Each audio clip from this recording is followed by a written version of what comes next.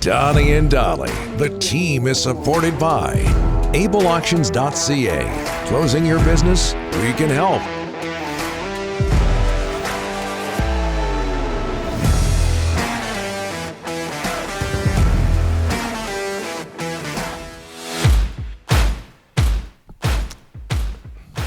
All right, once again, it's Tuesday. Guest brought to you by the Waddling Dog Pub. Craig Button standing by. Waddling Dog Pub is celebrating 30 years of ownership and welcomes you to their family-run watering hole with 17 TVs to cheer on the Canucks, an unbeatable daily happy hour, and their famous wing night. It is no wonder they've been named the #1 pub in Victoria 2 years running. Whether you live on the island or the mainland, you can't miss out visiting the Dog. Title sponsor of Donnie and Dolly, by the way, is Able Auctions. As we bring in TSN Scouting Director Craig Button. By the way, we're having some technical difficulties today. We're working them out, but we do have Craig Button. How are you, sir? I am good. And you know what? There's going to be times when you're faced with some obstacles and some speed bumps. So if you're finding it out, I'm more than patient and ready to sit here and wait for you. Well, there's a lot of people in BC who know all about that today, Craig. We've been inundated with rain. Today's nice, but a lot of troubles out there. I know, yeah, for sure. Hey Craig, Canucks have just three, as I'm sure you're aware, 3 regulation wins in 16 games to start the season. What goes through your mind when you watch this team play? Well, I mean, I think the first word that goes through your mind is disappointing. And, they are getting chewed up on special teams. An area where you think they would be really good is the power play, and the power play is not very good. And they have more than enough offensive players and creativity in that group to be much, much better than they've been on the power play. The penalty killing is the worst in the league. So when you're getting chewed up in those 2 areas where, a penalty, a power play goal against, now you need 2 to make up for it. 5-on-5, the Vancouver Canucks have not been bad, but special teams have killed them. It's literally killed them. And I'll just give you an example. The Edmonton Oilers are rolling along, on the power play. I mean, it's unbelievable how good their power play is. 5-on-5, they're right there with the Vancouver Canucks. But when your power play is not anywhere near its capability, and it isn't, and with the offensive players they have, it needs to be a lot better.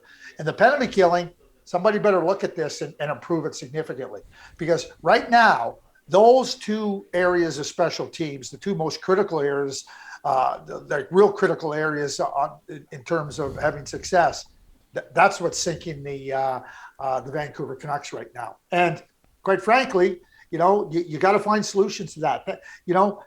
That's coaching. That's finding a way to, be better on the penalty kill, have different schemes. You can't just keep saying, oh yeah, we're doing this. It's not working. Find a better way to make it work. Because right now, if that doesn't improve, there's just going to be increased disappointment with the Vancouver Canucks performance.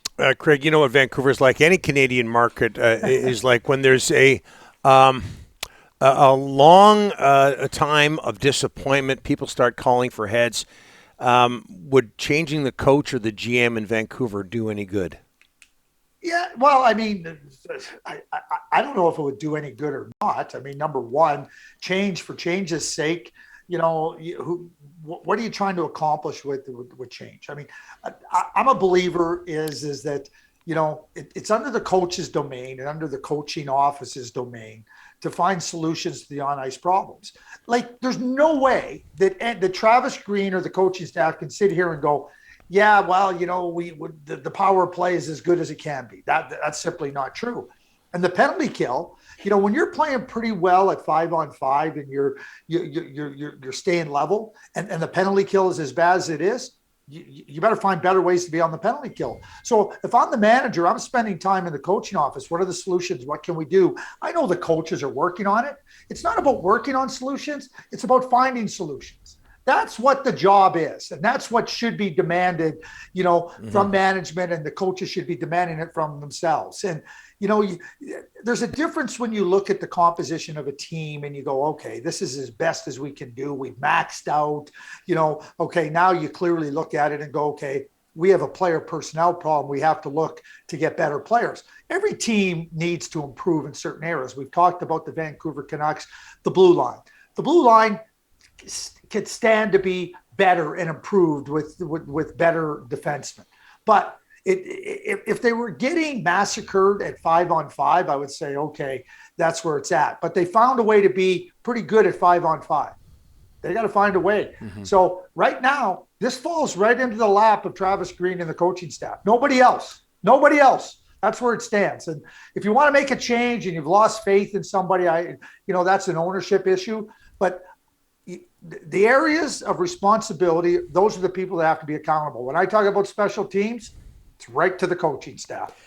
Craig, Travis won't survive if his difference makers are average. When you watch Elias Pettersson, what are you seeing that is missing from him being that difference maker he used to be?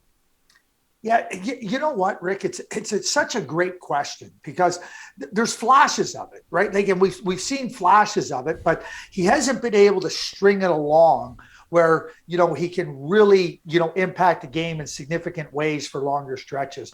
And, one of the things that I always look at is okay, we have pockets of this. What do we have to do to get those pockets bigger and larger and shrink the ones where he's not productive? There's nothing I'm seeing in the skating. There's nothing I'm seeing with respect to handling the puck. So you start to think, okay, who's he playing with? Is that an issue? One of the things that for me that, when I'm watching Elias right now, and it's about opponents. Opponents are not giving him much room. Mm-hmm. They are getting and they're attacking him more up ice. They're not letting him get underway. I think there has to be an adjustment by Pettersson, understanding here's how they're playing me. Okay, so I'm going to draw opponents to me and open up the ice a little bit.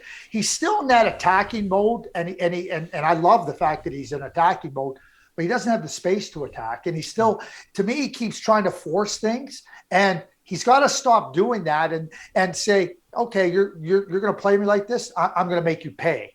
I'm going to open it up for other players. And I think players, Rick, start to feel that pressure of not performing, not producing. And if it was me, I'd sit down with Elias and just say, settle down. Here's what we're doing. Here's what they're doing to you. How are we going to adjust through this? And that's what I would be trying. He's too good. He's too talented. He looks like a frustrated player a lot of the times right now.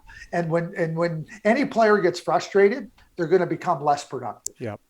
Hey, Craig, Ducks hosting Washington tonight. Anaheim, as Canuck fans well know, they've won 7 straight. Dallas Eakins and company, what are they doing right?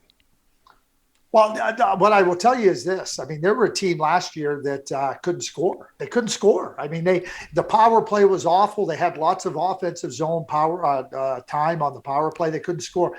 They are doing a really strong job of attacking inside the dots, attacking to the net. Now, I mean, Troy Terry's a really good player. Trevor Zegras has got a little bit of mileage on his tires. You have Raquel, you have Silverberg back, and that takes some of the pressure off of Getzlaff.